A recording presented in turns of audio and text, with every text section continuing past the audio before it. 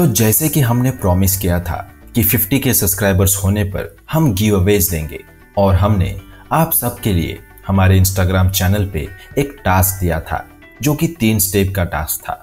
हमारे Instagram page को follow करना था, रिसेंट पोस्ट को लाइक करना था, और स्कैरी फ्लिक की क्या बात आपको सबसे अच्छी लगती है ये आपको कमेंट्स में बताना था। काफी लोगों ने पार्टिसिपेट किया, so thanks lot for your interest and your lovely comments.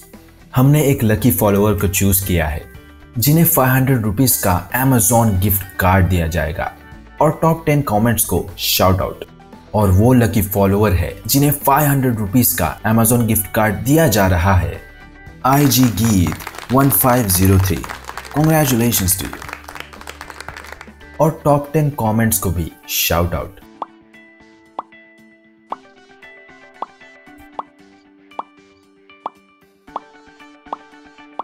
Hope कि आप लोग आगे से भी इसी तरह सपोर्ट करते रहेंगे और हम ऐसे ही गिव अवेज आपके लिए लाते रहेंगे। Till then stay safe and watch scary flick.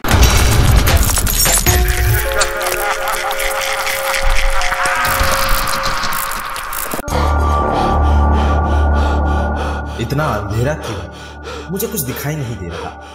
तुम कहाँ हो? मैं कहाँ हूँ? हेलो, प्लीज मुझे जाने दो, मैं किसी को कुछ नहीं बताऊंगा। प्लीज सर, मुझे जाने दो प्लीज। कोई जवाब नहीं आया। शायद मेरे सिवा वहां कोई था भी नहीं। मैं यहाँ कैसे आया? ये सब क्या हो रहा है? मेरे सिर में ये दर्द। ओ गॉड, प्लीज मेरी मदद करो। ओ वेट, मुझे पता है।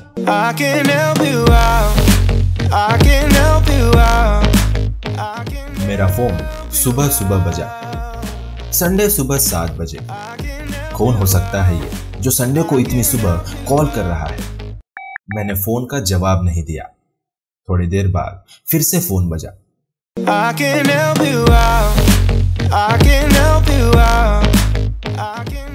इस बार मेरा रूममेट श्रेय, जो अभी भी नींद में था, उसने मुझे फोन उठाने कहा ताकि फोन करने वाला हमारी नींद खराब ना करे। हेलो, कौन बोल रहा है? तुम्हें पता है ना आज संडे है। मैं माफी चाहता हूँ सर, पर क्या मैं मिस्टर राकेश से बात कर रहा हूँ? फोन करने वाले ने पूछा। हाँ, आप कौन? सर, क्या आपको आपके फ्रेंड तन्मय के बारे में कुछ पता है? उस आदमी ने मुझसे पूछा। हाँ बिल्कुल, वो गधा है, इडियट है, सब कुछ पता है मुझे। तुम्हें क्या चाहिए वो बताओ। मैंने थोड़ा गुस्से से कहा। मैं आपको सलाह दूंगा कि आप उसे कॉल करें सर। उस आदमी का इतना कहते ही कॉल कट हो गया। श्रेय ने मुझे कॉल के बारे में पूछा। मैंने उसे बताया कि कोई आदमी था जो तन्मय के बारे में पूछ रहा था। मैं उसे दोपहर को कॉल कर लूंगा। फोन रखकर मैं और श्रेय फिर से सो गए। दोपहर को मैंने तन्मय को कॉल किया। पर उसका फोन स्विच्ड ऑफ था। तो मैं अपना संडे रूटीन करने लगा, जो कि बस सोना ही था। श्रेय दोपहर से ही बाहर था। जब वो वापस आया तो उसने मुझसे पूछा कि क्या मैंने तन्मय को कॉल किया था या नहीं। मैंने कॉल किया था, पर उसका फोन स्विच्ड ऑफ है यार। मैंने श्रेय से कहा। क्या तूने फिर से ट्राई किया? श्रेय ने पूछा। ना, आज संडे है, सो रहा होगा वो भी। मैंने हंसते हुए कहा। हम दोनों हंसने लगे और फिर श्रेय ने तन्मय को कॉल करने का ट्राई किया।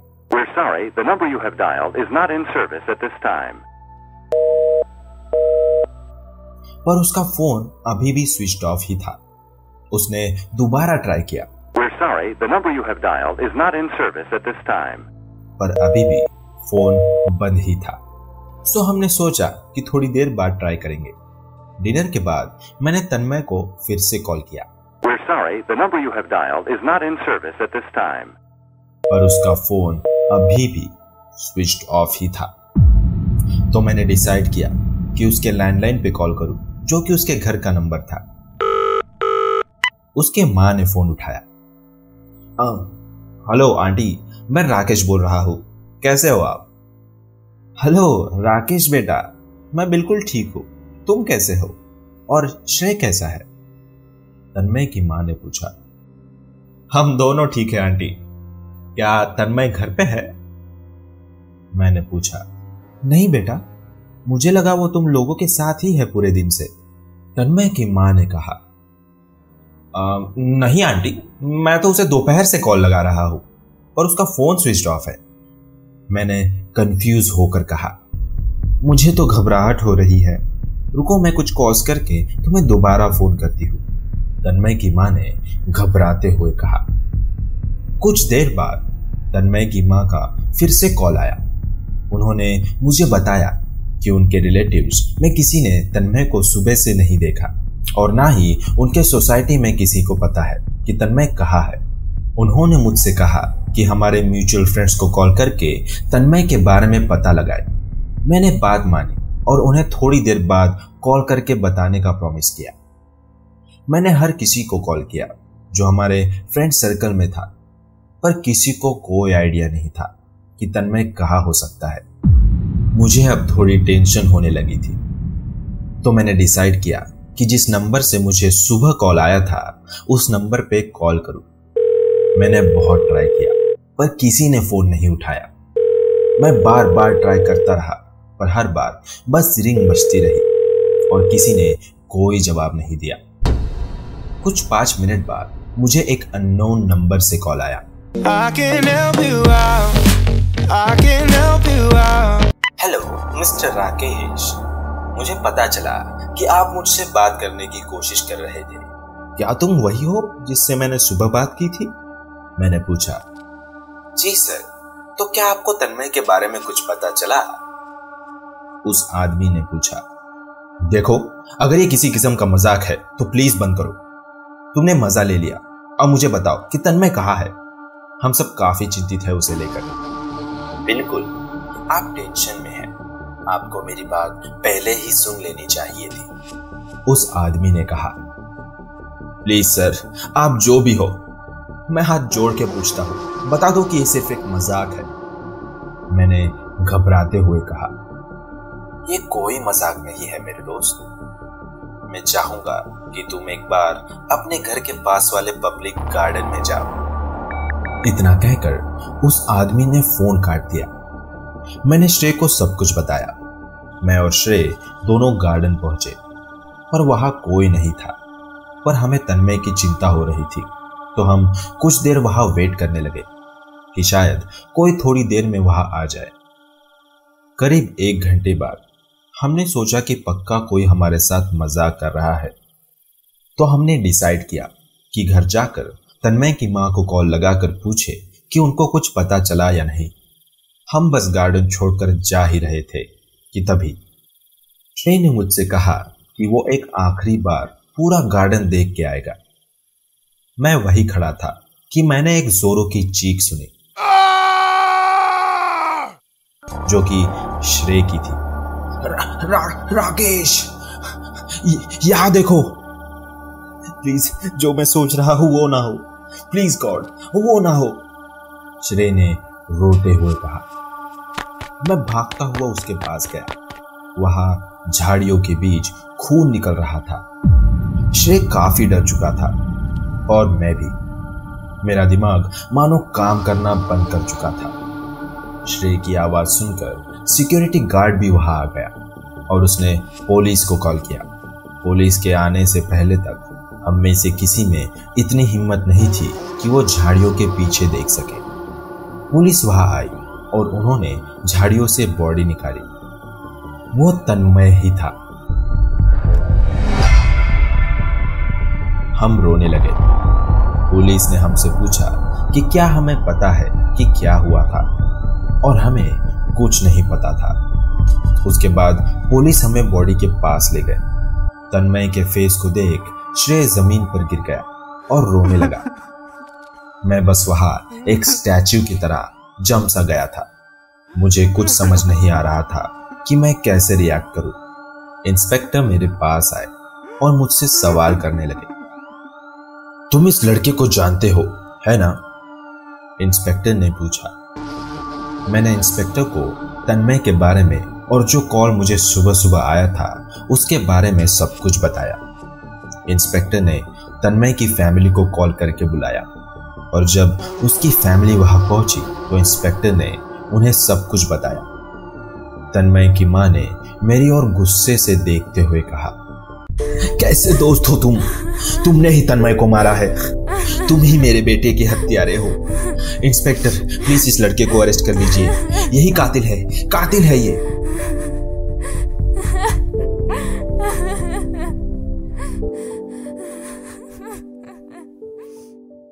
इंस्पेक्टर ने मुझे और श्रेय को घर भेज दिया और सारी रात के लिए हमें सिक्योरिटी दी गई।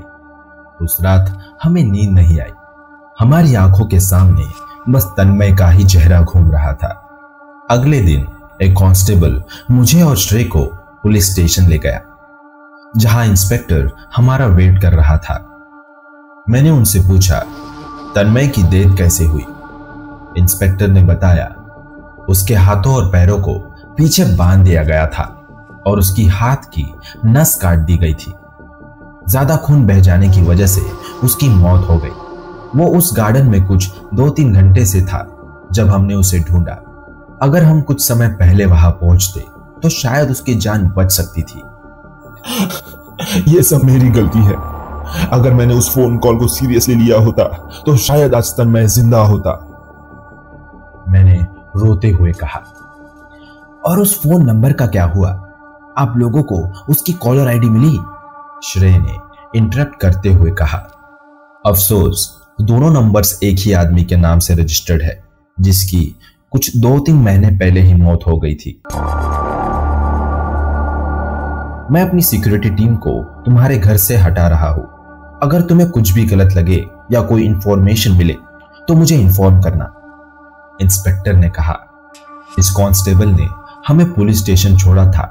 उसी कांस्टेबल के साथ हम घर की ओर जाने लगे। हम कुछ दूर ही थे अपने घर से कि श्रेय का फोन बजा।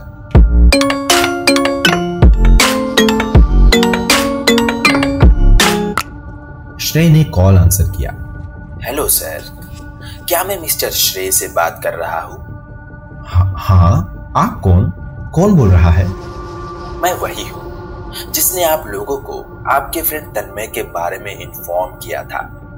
बाय द वे, काफी अच्छी रिंगटोन लगाई है आपने। श्रेय ने फोन काट दिया। उसके चेहरे पे डर साफ दिखाई दे रहा था।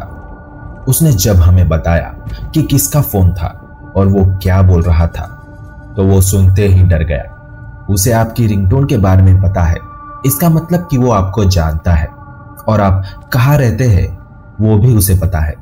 हमें आपके घर नहीं जाना चाहिए। मैं आप लोगों को अभी के लिए एक होटल ले जा रहा हूं। वहां से मैं अपने सीनियर को कॉल करूंगा और फिर हम डिसाइड करेंगे कि आगे क्या करना है, कांस्टेबल ने हमसे कहा। कांस्टेबल ने लेफ्ट टर्न लिया और गाड़ी सिटी से बाहर जाने वाले रास्ते पर ले गया। हम काफी डरे हुए थे। जब हम ऑलमोस्ट सिटी के एंड पे थे, हमने एक छोटा सा होटल देखा। हम सिग्नल पे रुके थे जब कांस्टेबल ने हमें इस होटल के बारे में बताया और हमें थोड़ा काम किया। जैसे सिग्नल ग्रीन हुआ, कांस्टेबल ने गाड़ी स्टार्ट की। हे, देख के गाड़ी रोको। श्रेय ने चिल्लाते हुए कहा। नहीं, गाड़ी स्पीड में लो, जल्दी। एक बड़ा सा ट्रक हमारी ओर स्पीड में आ रहा था,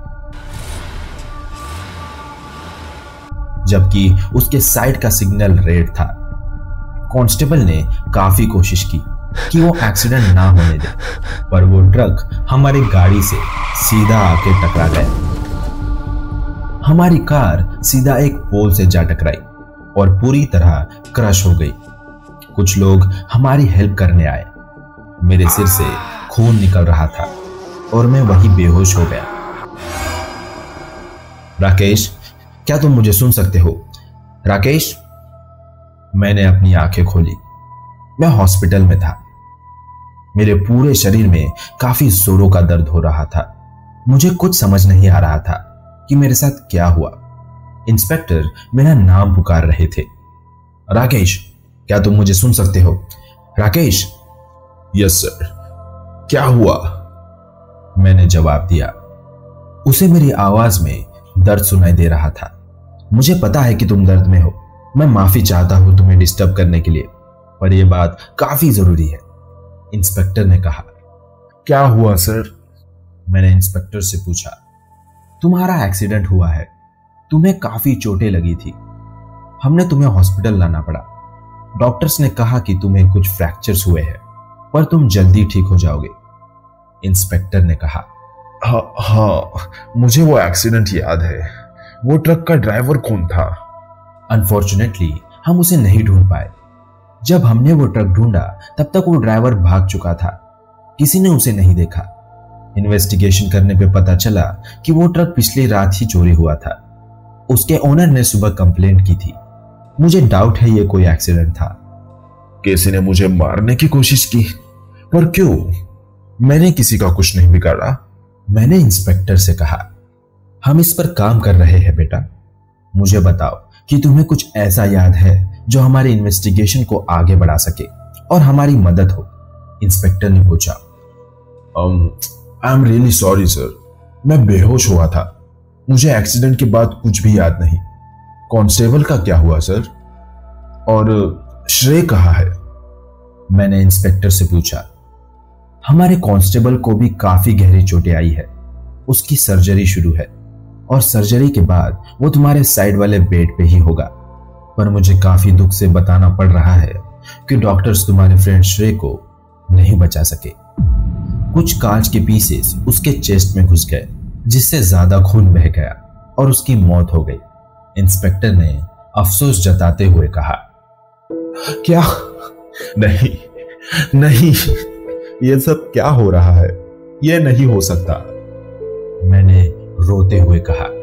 आई एम रियली सॉरी बेटा, तुम आराम करो, अब तुम यहां सेफ हो, इंस्पेक्टर ने मुझसे कहा और चले गए। डॉक्टर ने मुझे बताया कि मैं यहां कम से कम और 2 दिन रहूंगा। कांस्टेबल को मेरे साइड वाले बेड पे सर्जरी के बाद शिफ्ट कर दिया गया। मुझे पता चला कि वो जिंदा है, पर उसके सर पे लगी चोट की वजह से वो कोमा में चला गया था। मुझे जो दवाइयां दी गई, उस दवाई के कारण मैं पूरी रात सोता रहा। अगले दिन वही हॉस्पिटल के रूटीन्स हुए। इंस्पेक्टर मुझसे मिलने आए। उन्होंने बताया कि सब कंट्रोल में है। तन्मय की मां भी मुझसे मिलने आई और उन्होंने उस दिन के लिए मुझसे माफी मांगी। कुछ मीडिया वाले मेरा इंटरव्यू लेना चाहते थे, पर उन्हें परमिशन नहीं दी गई।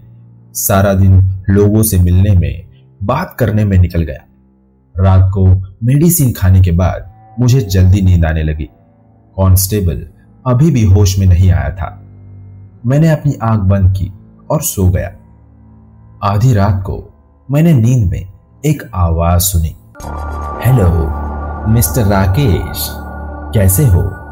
आई होप कि मैंने तुम्हें ज्यादा चोट नहीं दी। वो वही आवाज थी जिसने मुझे कॉल किया था। मैं डरते हुए उठा और देखा कि एक परछाई विंडो से मेरी ओर आ रही है। जब मैं पीछे पलटा तो वहां कोई नहीं था। मुझे लगा शायद ये मेरे आंखों का धोखा होगा कि अचानक मेरी ओर 2 हाथ तेजी से आए। उसने मेरे मुंह पे अपना एक हाथ रखा ताकि मैं चाह के भी चिल्ला ना सकूं। रूम में अंधेरे के कारण मुझे उस आदमी की शक्ल दिखाई नहीं दी। उस आदमी ने डॉक्टर का यूनिफॉर्म पहना हुआ था और उसके चेहरे पे मास्क था। उसने अपनी गन निकाली और कांस्टेबल की ओर पॉइंट की। अगर तुम चिल्लाए मिस्टर राकेश तो मैं इसे शूट कर दूंगा। तो अगर तुम मेरे साथ कोऑपरेट करोगे तो मैं उसे शूट नहीं करूंगा। अगर तुम्हें मंजूर है तो अपने आंखों से इशारा करो। मैंने अपने आंखों से इशारा किया और उसने अपना हाथ हटा लिया। उसने अपने पॉकेट से एक टेप निकाला और मेरे मुंह पे लगा दिया ताकि मैं चाह के भी अपना मुंह ना खोल सकूं। और फिर उसने मुझे बेड से बांध दिया। तुमने मेरी एडवाइस सीरियसली क्यों नहीं ली? तुम्हें क्या लगता है ये सब मजाक है? जिंदगी कोई मजाक नहीं मेरे दोस्त। क्या तुमने कभी किसी की जान जाते हुए देखी है? इतना कहकर वो उस कांस्टेबल की ओर मुड़ा। उसने मेरे बेड की पिलो ली और कांस्टेबल की बेड की ओर जाने लगा। उस पिलो को उसने कांस्टेबल के चेहरे पे रखा और उसका दम घोट के उसे मारने लगा और मेरी ओर देखते हुए मुझे बताया, दिस इज इट। अब तुमने देख लिया है ना? मेरा भरोसा करो, ये सबसे बेस्ट तरीका है। कांस्टेबल को मेरी आंखों के सामने मारकर वो रूम से बाहर चला गया। मैं अब भी बेड से बंधा हुआ था और मैं चाह के भी कुछ नहीं बोल सका। मैं सारी रात रोता रहा। कोई हमारे रूम में हमें देखने नहीं आया।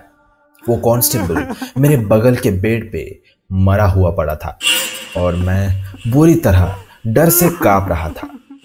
अगले दिन जब नर्स ने मुझे इस हालत में देखा तो उसने पुलिस को बुलाया और मुझे रिलीज किया। मैंने उन्हें सब कुछ बताया। मेरे आंसू मानो रुकने का नाम नहीं ले रहे थे। उन्होंने मुझे शांत कराया और मुझे एक दूसरे रूम में शिफ्ट करवा दिया। इंस्पेक्टर मुझसे मिलने आए। तुम्हारे साथ जो भी हुआ मैं उसके लिए माफी मांगता हूं, इंस्पेक्टर ने कहा। कहाँ थे आपके पुलिसमैन? कहाँ थी आपकी सिक्योरिटी? मैंने गुस्से से इंस्पेक्टर पे चिल्लाते हुए कहा, मैंने 2 पुलिसमैन को तुम्हारे सेफ्टी के लिए रखा था, पर वो दोनों नालायक निकले। मेरे यहां से जाने के बाद वो दोनों भी चले गए, पर अब वो दोनों सस्पेंडेड है, इंस्पेक्टर ने बताया। ये सब क्या हो रहा है? वो आदमी मेरे पीछे क्यों पड़ा है? वो मुझे कैसे जानता है? मैंने इंस्पेक्टर से कंफ्यूज्ड होकर पूछा। लोगों के मरने के पैटर्न पे जब हमने नजर डाली तो मैं एक कंक्लूजन पे आया कि ये शायद वही सीरियल किलर है जो आज से 4 साल पहले हमारे रडार में था, जब 7 लोगों का 7 दिनों में खून हुआ था, और अब भी वो सेम पैटर्न ही फॉलो कर रहा है। अ मर्डर अ डे, एक दिन में एक खून। काफी चांसेस है कि वो वही किलर है। अगर वो वही है तो उसने तुम्हारे बारे में सब पता किया है। 4 साल पहले भी उसने एक विक्टिम को चुना था और उसके आसपास के या करीबी लोगों का खून कर दिया था। वो कंफर्म करता था कि उस विक्टिम को हर एक दिन एक खून के बारे में पता चले, और आखिर में वो विक्टिम को जिंदा छोड़ के चला गया। इंस्पेक्टर ने मुझे बताया। प्लीज सर, प्लीज मुझे बचा लीजिए, प्लीज। मैंने रोते हुए कहा, यह प्लेस अब सेफ नहीं है। मैं तुम्हें एक सेफ जगह पे शिफ्ट कर रहा हूं। मुझे एक सेफ प्लेस पे शिफ्ट कर दिया गया। इंस्पेक्टर ने मुझे एक नया फोन और एक नया नंबर दिया। उन्होंने मुझसे कहा कि जब तक कोई बड़ी मुसीबत ना हो तब तक किसी को भी इस नंबर से कॉल मत करना। दिन ठीक ठाक जा रहा था, पर जैसे जैसे रात हो रही थी मेरा डर बढ़ने लगा था। मुझे एक रूम में रखा गया था जहां कुछ मैगजीन्स और एक टीवी थी जिससे मैं अपना थोड़ा टाइम पास कर सकूं। 2 गार्ड्स मेरे रूम के बाहर खड़े थे और मुझे अश्योर किया गया था कि वो दोनों मुझे अकेला छोड़ के नहीं जाएंगे। शाम को मैं न्यूज़ देख रहा था जहां मीडिया का भी यही मानना था कि ये सारे मर्डर्स उसी सीरियल किलर ने किए हैं जो 4 साल बाद वापस आ चुका है और पिछले बार के पैटर्न से ही किलिंग्स हो रही है। अचानक मेरा फोन बजा।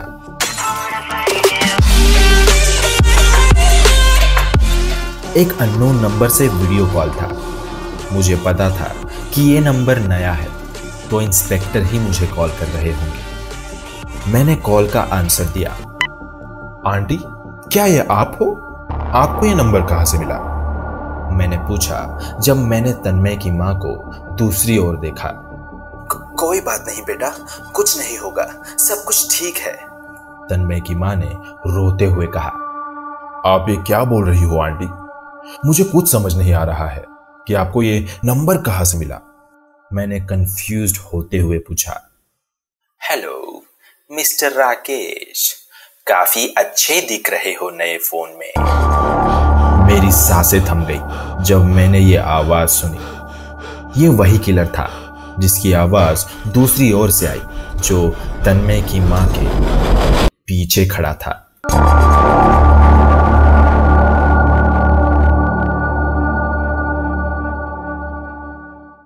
मेरे हाथ पैर कांपने लगे। तन्मय की मां के चेहरे पे डर साफ साफ दिखाई दे रहा था। मैं रूम के बाहर खड़े गार्ड्स को आवाज लगाने ही वाला था कि तभी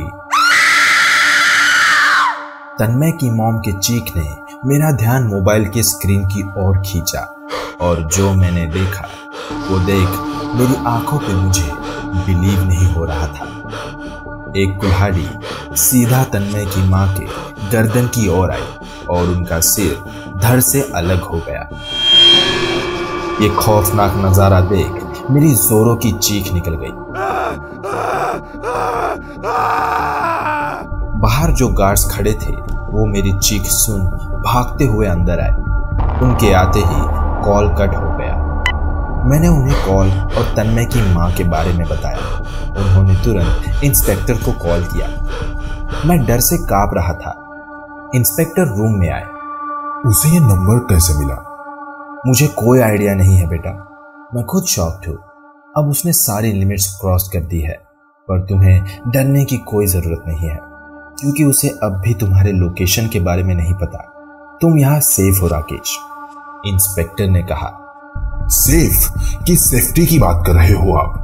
लाइव कॉल पे किसी को अपने आंखों के सामने मरते हुए देखना क्या आपके नजरिए में सेफ है? मैंने गुस्से से कहा, आई एम सॉरी, मुझे वो फोन वापस ले लेना चाहिए। तुम यहाँ कुछ टाइम और रहोगे, मैं इस मैटर को देखता हूँ, इंस्पेक्टर ने खुद से डिसअपॉइंट होते हुए कहा और चला गया। मैं इस कमरे में मानो फंसा हुआ था, जो पुलिस के नजरिए में सेफ था। मुझे कुछ ठीक नहीं लग रहा था। मैं जैसे किसी लाइट से भी डर रहा था। एक गार्ड मेरे रूम में आया और मुझसे बात की। उसने मुझे रिलैक्स फील कराया, पर ऐसी सिचुएशन में कोई कैसे रिलैक्स हो सकता था। उसने मुझे लंबी लंबी सांसें लेने को कहा। लंबी लंबी सांसें लो बेटा, तुम्हें अच्छा लगेगा, गार्ड ने मुझसे कहा। फिर वो अपनी जगह चला गया। उस दिन ज्यादा कुछ नहीं हुआ। मैंने सारा दिन बस न्यूज देखा। पूरे सिटी में सिर्फ एक मीडिया ही था जो सबसे खुश था इस समय। वो एक ही स्टोरी बार बार बिना रुके चलाए जा रहे थे। सिचुएशन को और बुरा बनाने में कोई कसर नहीं छोड़ी थी उन्होंने। रात होने से पहले इंस्पेक्टर मुझसे मिलने आए और मुझे आश्वासन दिया कि मैं यहाँ सेफ हूँ। मुझे उस रात नींद नहीं आई। सारी रात मैं बस डरा हुआ था कि कोई कहीं से आ ना जाए। अगले दिन सुबह इंस्पेक्टर मुझसे मिलने आए और पूछा कि रात को कुछ अजीब हुआ या नहीं, पर रात काफी सुकून से कट गई थी। इंस्पेक्टर ने कुछ देर और बात की और फिर वो चले गए। 2 गार्ड्स अभी भी मेरे साथ ही थे।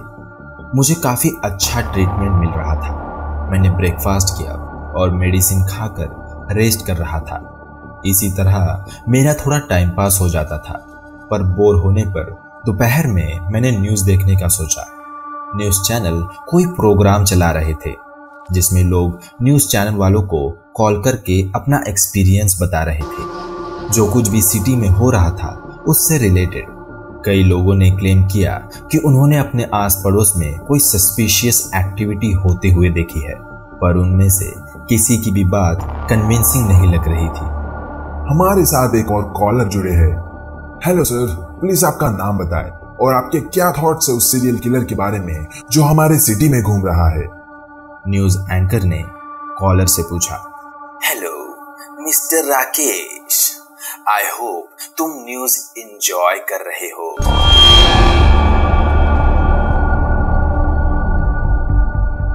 कॉलर ने जवाब दिया। वो आवाज सुन के मैं चौकन्ना रह गया। उसने मुझे न्यूज़ चैनल के थ्रू कांटेक्ट कर लिया। उसने मेरा नाम लिया। उसे पता था कि मैं न्यूज़ देख रहा हूँ, पर कैसे? उसे ये सब कैसे पता हो सकता है? सॉरी सर, मुझे लगता है आपको कोई गलत फहमी हुई है। मेरा नाम राकेश नहीं है, मैं अभिनव हूँ, इस न्यूज़ चैनल का एंकर। न्यूज़ एंकर ने इंटरप्ट करते हुए कहा।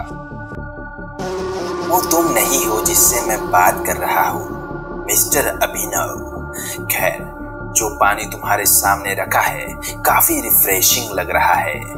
हेलो सर, मैं आपको सुन नहीं पा रहा हूँ सर। व्यूअर्स, हम इस इंटरप्शन के लिए माफी चाहते हैं, पर लगता है किसी टेक्निकल प्रॉब्लम के चलते कॉलर का कॉल डिस्कनेक्ट हो गया है, न्यूज एंकर ने कहा। खैर, तो अब आगे न्यूज एंकर टेबल से नीचे गिर गया, मानो उसे हार्ट अटैक आ गया हो। ये देख मेरी जोर से चीख निकल गई। गार्ड्स मेरी आवाज सुन भागते हुए अंदर आए। मैं डरा हुआ था। उन्होंने मुझे पूछा कि क्या हुआ, और मैंने टीवी की ओर अपनी फिंगर पॉइंट की। वो लोग समझ गए। उनमें से एक ने टीवी बंद की। मैंने उनसे कहा कि मुझे इंस्पेक्टर से मिलना है, पर उन्होंने बताया कि इंस्पेक्टर अभी बिजी है और मुझसे शाम को आके मिलेंगे। इंस्पेक्टर शाम को मुझसे मिलने आए। क्या तुम अब ठीक हो? तुम्हारा सिर का दर्द कैसा है? इंस्पेक्टर ने पूछा। मैं कैसे ठीक हो सकता हूँ? मैंने 3 दिनों में 3 मर्डर्स अपने आंखों के सामने होते हुए देखे हैं, और एक टीवी पे पूरे सिटी के साथ। मैंने डर से कांपते हुए कहा, मुझे पता है, पर तुम घबराओ मत। तुम्हें कोई कुछ नहीं कर पाएगा। तुम यहाँ सेफ हो। सेफ? इस सिटी में कोई भी सेफ है? सरेआम टीवी पे एक मर्डर हो जाता है और पूरी सिटी विटनेस करती है। मैंने गुस्से से कहा, तुम घबराओ मत बेटा, अब कोई मर्डर नहीं होंगे। हमें उस किलर के बारे में कुछ इंटेल्स मिले हैं। अब वो हमसे नहीं बच सकता। कल मैं उसे पकड़ लूंगा। तुम रेस्ट करो, यहाँ तुम सेफ हो। मैं सुबह तुमसे फिर से मिलने आऊंगा। इतना कहकर इंस्पेक्टर रूम से चले गए। अगली सुबह मैं उनका वेट करता रह गया, पर वो नहीं आए। जब मैंने गार्ड से इंस्पेक्टर के बारे में पूछा तो उन्होंने बताया कि वो किलर को पकड़ने के मिशन पे है। जब मैंने उनसे और जानना चाहा तो उन्होंने मना कर दिया। शाम हो चुकी थी, पर इंस्पेक्टर अब भी मुझसे मिलने नहीं आए थे। मैंने जब एक गार्ड से इंस्पेक्टर के बारे में पूछा तो उन्होंने कहा, अरे डोंट वरी, एक अच्छी खबर है। इंस्पेक्टर ने फाइनली उस किलर को पकड़ लिया। वो तुमसे सुबह मिलने आएंगे, फिर तुम अपने घर जा सकते हो। मुझे ये सुन के काफी सुकून मिला कि फाइनली किलर पकड़ा गया। मैं खुश था कि अब ये किलिंग्स बंद हो जाएगी, और साथ ही ये मेंटल टॉर्चरिंग भी। पर पिछली बार पुलिस उस किलर को क्यों नहीं पकड़ पाई थी? न्यूज में बता रहे थे कि किलर ने किसी एक को छोड़ दिया था जिसने सारे मर्डर्स विटनेस किए थे। मैंने गार्ड से पूछा। हाँ, उसने छोड़ दिया था, पर सारी किलिंग्स के 2 दिन बाद उस विटनेस ने खुद की जान ले ली। वो बच तो गया था, पर उसके दिमाग पे सारी किलिंग्स ने बहुत बुरा प्रभाव डाला था, और इसी मेंटल वुंड्स ने उसे सुसाइड करने पे मजबूर कर दिया। 7 लोगों का मर्डर हुआ था, जो कि ऑफिशियल नंबर्स थे, लेकिन विक्टिम 8वां था, गार्ड ने बताया। थैंक गॉड, वो पकड़ा गया। अब मैं चैन की सांस ले सकता हूँ। मैंने रिलैक्स फील करते हुए कहा। हाँ जरूर, तुम रेस्ट करो, मैं तुम्हारे लिए डिनर लाता हूँ। इतना कहकर गार्ड चला गया। मैंने पेट भर कर खाना खाया और सोने चला गया। अगले दिन जब मैं सो के उठा तो गार्ड्स मेरे रूम में ही थे और टीवी देख रहे थे। Good morning. सुबह सुबह क्रिकेट मैच देख रहे हो आप लोग? मैंने हंसते हुए कहा। अरे गुड मॉर्निंग, वहां चाय रखी है, ले लो और हमें ज्वाइन करो, एक गार्ड ने कहा। मैंने उन्हें ज्वाइन किया। हमने 1-2 घंटे क्रिकेट मैच देखा। फिर ब्रेकफास्ट करके मैंने उनसे इंस्पेक्टर के बारे में फिर से पूछा। इंस्पेक्टर कहाँ है? मुझे मिलना है उनसे। सॉरी बेटा, हमने तुमसे झूठ कहा था, हमें कहना पड़ा। ऊपर से ऑर्डर्स थे ताकि तुम ज्यादा स्ट्रेस ना लो, एक गार्ड ने नर्वसली जवाब दिया। मैं समझा नहीं, क्या वो नहीं आ रहे हैं? मैंने कंफ्यूज्ड होते हुए पूछा। नहीं, वो नहीं आएंगे। चाह के भी अब वो नहीं आ सकते। वो मर चुके हैं। कल किलर को पकड़ने के चक्कर में वो 9th फ्लोर से गिर गए। क्या? कैसे? उन्होंने किलर को पकड़ लिया था ना? काश पकड़ लेते, पर ऐसा नहीं हुआ। किलर अब भी आजाद है। इंस्पेक्टर उसके पीछे ही थे कि उन्हें पीछे से किलर ने बिल्डिंग के टेरेस से धक्का दे दिया। अरे ऐसा नहीं हुआ था, वो खुद स्लिप हो गए थे। दूसरे गार्ड ने इंटरप्ट करते हुए कहा, ओह सच में? तुम्हें कैसे पता? क्योंकि मैंने अपने आंखों से देखा था।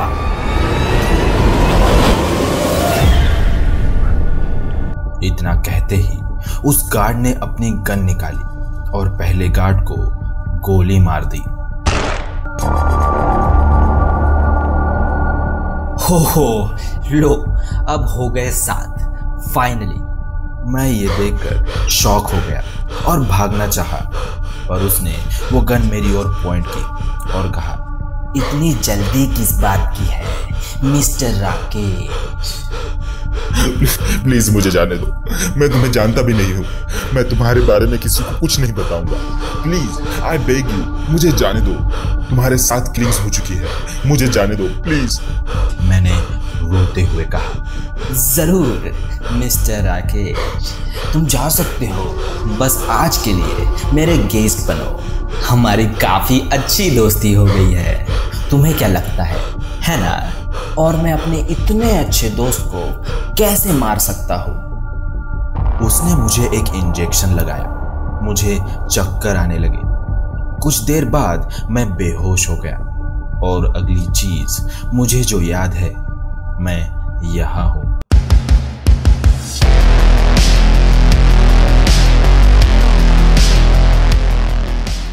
इतना अंधेरा क्यों है? मुझे कुछ दिखाई नहीं दे रहा। तुम कहाँ हो? मैं कहाँ हूँ? हेलो, कोई सुन रहा है? प्लीज मुझे जाने दो, मैं किसी को कुछ नहीं बताऊंगा। प्लीज सर, मुझे जाने दो प्लीज। मेरे आंसू रुकने का नाम नहीं ले रहे थे। मैं रोता गिड़गिड़ाता रहा, पर कोई जवाब नहीं आया। कुछ देर बाद मुझे अंधेरे के बीच एक परछाई दिखाई दी। वो मेरी ओर ही आ रही थी। तो तुम उठ गए? रात को नींद अच्छी आई ना? प्लीज मुझे जाने दो। तुमने प्रॉमिस किया था कि तुम मुझे जाने दोगे। मैंने गिड़गिड़ाते हुए कहा। बिल्कुल मिस्टर राकेश, मैं तुम्हें छोड़ रहा हूँ। मैं यहाँ से जाने से पहले तुम्हें अनटाई कर दूंगा, फिर तुम जहाँ चाहे वहाँ जा सकते हो। मैं यहाँ तुम्हारा फोन भी छोड़ रहा हूँ।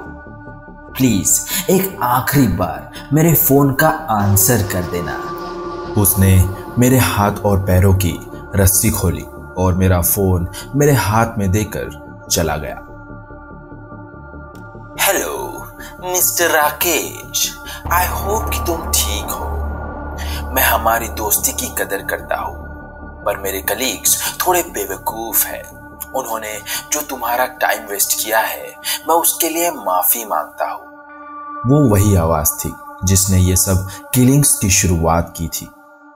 हेलो सर, प्लीज मुझे जाने दो। मैं आपसे माफी मांगता हूँ कि मैंने आपकी बात नहीं मानी थी। मैंने रोते हुए कहा। ओह नहीं, तुम्हें माफी मांगने की कोई जरूरत नहीं है। इनफैक्ट मैंने तुम्हें ये बताने के लिए कॉल किया है कि हम जल्द ही मिलेंगे। और हाँ, मेरे साथ कोऑपरेट करने के लिए शुक्रिया। बस मैं चाहूंगा कि तुम अपनी बात पे अमल करोगे और पुलिस के पास नहीं जाओगे। तुम अब फ्री हो, तुम जा सकते हो। Thank you very much mister Rakesh. इतना कहकर कॉल कट हो गया। मैं पूरी तरह से टूट चुका था। मुझे कुछ समझ नहीं आ रहा था। मैं जैसे तैसे उस अंधेरी जगह से बाहर आया। मुझे पता था कि विक्टिम को छोड़ देना बस एक स्ट्रैटेजी है। मैं सीधा पुलिस स्टेशन पहुंचा और उन्हें सारी बात बताई। वो मुझे हॉस्पिटल ले गए। डॉक्टर्स कुछ टेस्ट करेंगे, फिजिकल और साथ ही मेंटल। मैं चाहूंगा कि तुम डॉक्टर के साथ कोऑपरेट करो बेटा। अगर तुम ही स्ट्रांग नहीं रहोगे तो वो जीत जाएगा, पुलिस ऑफिसर ने मुझे समझाते हुए कहा। अगले दिन उन्होंने मेरे कुछ टेस्ट किए और मैं डॉक्टर से मिलने आया। तुम्हारे रिजल्ट्स आज सुबह ही आए हैं। फिजिकली तुम ऑलमोस्ट रिकवर हो चुके हो। पर लगता है कि ये सारे इंसिडेंट्स ने तुम्हारे मेंटल हेल्थ पर काफी बुरा असर डाला है। मैं एक साइकियाट्रिस्ट के साथ तुम्हारे कुछ सेशंस असाइन कर रहा हूँ। तुम उनसे मिलकर काफी अच्छा फील करोगे। तुम्हारा पहला सेशन आज ही है। पियोन तुम्हें उसके पास ले जाएगा। क्या ये नेसेसरी है सर? मुझे यहाँ सेफ नहीं लग रहा है। इफ यू डोंट माइंड, मैं अपने घर जाना चाहता हूँ। मैंने डॉक्टर से कहा, यह तुम्हारी हेल्थ के लिए जरूरी है बेटा, डरने की जरूरत नहीं है, तुम यहाँ सेफ हो। पियून मुझे डॉक्टर के कैबिन तक ले गया। मैं चेयर पे बैठा था और वो मेरे सामने ही थे। वो अपनी बात शुरू करने ही वाले थे। Hello mister Rakesh. Please please ये वर्ड यूज मत करो। ये सुनते ही मुझे अंदर से मरा हुआ फील होता है। लंबी लंबी सांस लो बेटा, तुम्हें अच्छा लगेगा।